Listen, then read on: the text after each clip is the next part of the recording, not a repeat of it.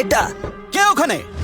Knock knock. এইভাবেই আমি হয়ে গেলাম এই বিশ্বে সব থেকে বড় স্ট্রিমার। এখন আপনারা হয়তো ভাবছেন তুমি এসো কেন? একই দিন একই সময়ে আমি কিভাবে 50 জন আলাদা স্ট্রিমারের বাড়িতে পৌঁছে গেলাম। আসলে আমি যাইনি, আমি মাসের পর মাস সময় দিয়ে আমার স্টুডিওতে বড় বড় স্ট্রিমারদের রুমগুলো হুবহু তৈরি করেছি। সারা পৃথিবী থেকে মানুষ জোগাড় করে একদম অরিজিনাল সব জিনিস আনিয়েছি যাতে রুমগুলো দেখতে একদম আসল মনে হয়। কেন? কারণ আমি বিশ্বের সব থেকে বড় ইউটিউবার, আর এবার আমি সব থেকে বড় স্ট্রিমার হতে চেয়েছিলাম। এখন সবকিছু তৈরি হয়ে যাবার পর এবার সময় ছিল সেই 50 জন স্ট্রিমারের আসার এবং তাদের জন্য বানানো রুমগুলো দেখানোর। কেমন আছো? ভেতরে চলে এসো, বাইরে বেশ ঠান্ডা। আরে ভাই, এসব কি? শুরু করা যাক আইশো স্পিডকে দিয়ে। দারুণ লাগছে কিন্তু। মনে হচ্ছে নিজের হ্যাঁ। রুমে ফিরে এসেছি। জাস্ট ফাটাফাট। সত্যি আসল আর নকলের মধ্যে তফাৎ করাই যাচ্ছে না। এরপর আমরা লাডউইককে দেখালাম। ওয়াও, জবরদস্ত হয়েছে বন্ধু দেখতে কিন্তু দারুণ লাগছে। ভাই। এটা পুরো অবিশ্বাস্য দেখে, তো পুরো নিজের সেটআপই মনে হচ্ছে, কিন্তু কিছু ছোটখাটো জিনিসের জায়গাগুলো একটু আলাদা। এবার পকিমেন। এটা পাগল করা কাণ্ড, একদম সেম টু সেম পেইন্টিং। কাঠের হ্যাঁ। রংটাও একদম এক, কোনো পার্থক্য নেই। তারপর আমরা লেসিকে দেখালাম। তুমি এটা করলে কিভাবে? মানে কি করে সম্ভব?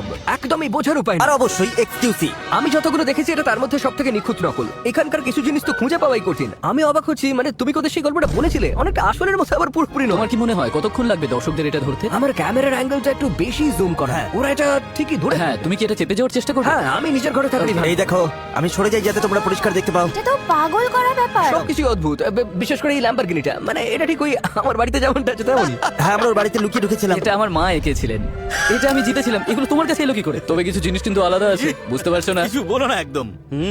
এই দেখো, পুরো বিছানাটা আসলে টয়লেট পেপার দিয়ে বানানো। বিছানার বদলে এটা তো বেশ অদ্ভুত। আর পিছন ফিরে তাকালে বন্ধুরা, আমরা কি পারবো না? বোধহয় এটা আসল বিছানা বানালেই ভালো হতো। আমার বিছানা থেকে নামো এক্ষুনি।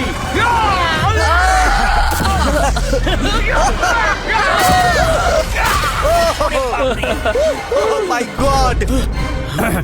যাই হোক, আমরা সব মিলিয়ে মোট 8টা রুম হুবহু তৈরি করেছিলাম। এছাড়াও আমরা 20টা ব্লু স্ক্রিন রুম বানিয়েছিলাম, যেখানে স্ট্রিমারদের অরিজিনাল বাড়ির ব্যাকগ্রাউন্ড বসানো যেত, যেটা কিন্তু দেখতে বেশ মজার ছিল।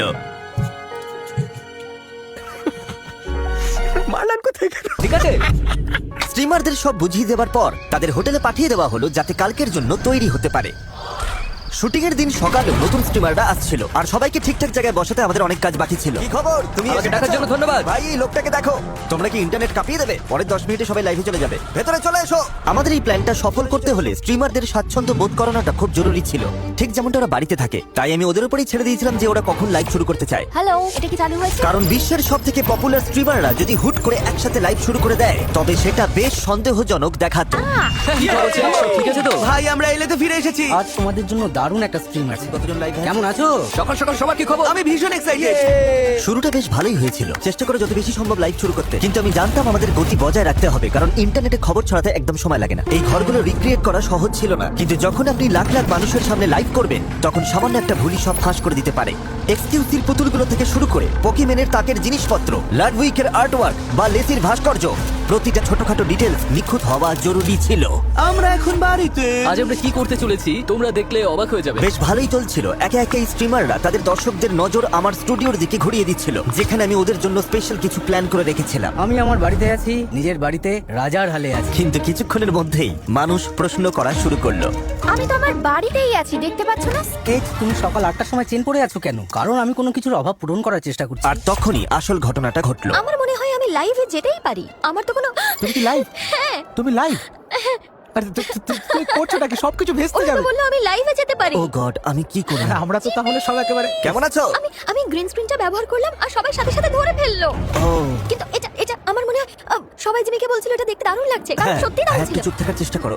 তুমি সব করে 1 মিনিটের জন্য আমাদের খবর ফাঁস হয়ে গেল। সময় যত গড়ালো খবরটা ছড়িয়ে পড়লো। কি বাজে অ্যাক্টিং ভাই, ধুর। আমি কয়েকটা জিনিস একটু এদিক ওদিক করেছি। অনেকে তো এতই কনফিউজড হয়ে গিয়েছিল যে তারা বিশ্বাসই করতে পারছিল না রুমগুলো আসল। বন্ধুরা, এআই ব্যাকগ্রাউন্ড আবার কি জিনিস? সন্দেহজনক একেবারেই না। শুধু গ্রিন স্ক্রিন, এটা কিন্তু গ্রিন স্ক্রিন নয়। তবে স্ট্রিমারদের তারিফ করতে হয়। যদি গ্রিন স্ক্রিনই হয় তাহলে জুতোটা তুললাম কিভাবে? ওরা যেভাবেই হোক ব্যাপারটা আছে। গোপন রাখার চেষ্টা করছিল। জাস্টিন জেফারসন জার্সিটা কিভাবে হাতে নিলাম? সবাই এসব বলা বন্ধ করো যে এটা একটা গ্রিন স্ক্রিন। আর একবার যদি এসব কথা বলেছো তবে আমি তোমাদের হুমকি দেব।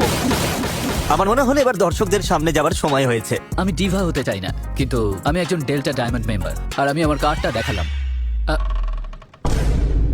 আমি এখানে একটা গল্প বলছি না আর না তুমি তোমার গল্প বলে যাও। আমি গল্প বলছি, আমি ডেল্টা ডায়মন্ড মেম্বার। হ্যাঁ ডেল্টা টাইমার ফিরে এসেছে। আমি কি হাই বলবো? এই আরে হ্যাঁ, কি খবর? আমরা সবাই খবর কোয়াকিটির সবার? বাড়িতে উড়ে এসেছি। মজার কথা কি, কারোর কোনো ধারণাই নেই।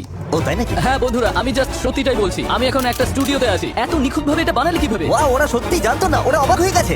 ওদের কিছু মাথায় আসছিল না। আমরা কয়েকজনকে বোকা বানালেও সবাইকে পারিনি। উঠে দাঁড়াবো মানে কি? ঠিক আছে চলো। আর সত্যি বলতে কি এই, কি খবর ভাই? এসব কি হচ্ছে? আমি সোফাটায় বসছি। হ্যাঁ শেষমেশ এভাবেই কাজটা ভালো হলো। এই তুমি সোফায় বসতে গিয়ে শুধু যে গোপন খবরটা ফাঁস হলো তা নয়, স্ট্রিমাররাও বেরিয়ে এলো ভাই না না, এক রুম থেকে অন্য রুমে। ওরা সব জায়গায় ছড়িয়ে পড়লো। এটা আমার স্ট্রিম নয়, আমি তো মজা খুলিনি। তোমার বা বেশ সুন্দর। তুমি কি কখনো বাপরে, ওটা পরে খেয়ে নেবে। আশ্চর্যের বিষয় হলো খবরটা ফাঁস হবার পর থেকেই আসল মজা শুরু হলো। চলো অন্য স্ট্রিমারদের জ্বালাই। চলো। এবার পরিস্থিতি আরো জমে উঠলো। আমার ফ্রিজটা কোথায়? ও ধন্যবাদ ধন্যবাদ ভাই। এই, এই দাঁড়াচ্ছি। বন্ধুরা ভাবলাম বাড়িওয়ালাকেই নিয়ে আসি। এটা কি তোমার বাড়ি পকি? হ্যাঁ, আর আর এটার এখানেই তুমি মালিক থাকো? তুমি। তোমার জন্য উপহার এনেছি? আমার মনে হয় তুমি আসো না, তুমি এআই মিস্টার বিস্ট। বলো কি করলে প্রমাণ হবে যে আমি এই নই? আজ রাতের দিকে পক্ষে তোমাদের $10 লাখ জিতিয়ে দিতে পারে। ইয়ো, কি খবর ভাই? আরে তোমার রুমটা কিন্তু বেশ। হ্যাঁ ধন্যবাদ বাড়ি। ভেতরে কিন্তু গরম তাই নাকি? হ্যাঁ? আচ্ছা এটা কি নতুন ফ্রিজ? আমি খুলতে পারি? খুলতেই পারো। আচ্ছা ঠিক আছে। না না আমি তো আগেই বলেছিলাম এটা গ্রিন স্ক্রিন নয়, এটা ব্লু স্ক্রিন। আরে বিট্টু! আমার ভুল আরে কি হয়েছে। করছো তুমি? কি হলো? আমি শুধু সবার চিৎকারের আওয়াজ শুনলাম। কি হচ্ছে? মিস্টার বিস্ট এখানে এলো কিভাবে? আমার মনে হয় আসল মজাটা ওদিকে হচ্ছে। ওখানে কি হচ্ছে? ও গোপন কথা এখন পুরোপুরি ফাঁস। আর এরপরে যেটা হলো তা হলো আমার পুরো স্টুডিওতে লাইভ স্ট্রিমের এক বিশাল তাণ্ডব। বন্ধুরা এটা একদম টিভি শো এর মতো লাগছে, বেশ কিউট। নক নক, এটা কি স্পিডের রুম? হে হে দাঁড়াও, আমার রুমে ঢোকার আগে তো নক করবে। কি যে করবি? ওরা সবাই আমাকে ফলো করছিল। আরে বাহ, আরে হচ্ছেটা কি? আমার বিছানা থেকে নামো তোমরা। আরে এসো গল্প করি। তোমরা যদি 10 সেকেন্ডের মধ্যে না ওঠো খারাপ হয়ে যাবে বলে দিচ্ছি। কিভাবে? এই, আরে বাহ, তুমি ফুটবলটা পায়ে নাচাতে পারবে? চলো দেখো।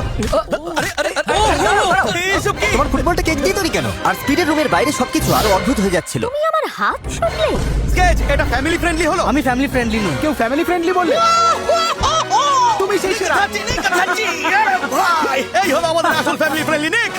আমি জানতামই না তুমি এখানে আছো। এই বিশাল প্র্যাঙ্কটা করতে যেমন মজা লেগেছে, তেমনি একটা কাজের দিকও সামলাতে হয়েছিল। স্পিড একটা বড় ঘোষণা করবে, ও বাবা হতে চলেছে। সত্যি?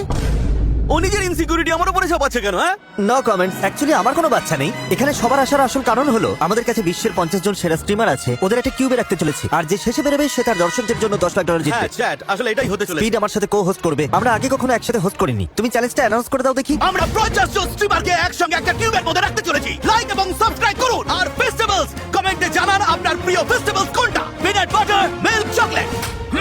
ঠিক আছে। কাছাকাছি গেছো। স্পিড বলতে ভুলে গেছে আমি ফেস্টিভ্যালস বিক্রি করতে শপিফাই ব্যবহার করি। শপিফাই আমার ব্যবসাকে চালায় এবং আপনাদের কাছে এই চকলেট পৌঁছে দিতে সাহায্য করে। ওদের সাইডকিক নামে একটা বিল্ট ইন এআই কো-ফাউন্ডার আছে যা নতুন সব আইডিয়া নিয়ে আসতে সাহায্য করে। আমার চকলেট বিক্রি করতে সাহায্যের দরকার হলে আমি জিজ্ঞেস করবো, হে সাইডকিক, লাইভ স্ট্রিমে কি করলে আমার পিনাট বাটার কাপগুলোর দিকে সবার নজর যাবে?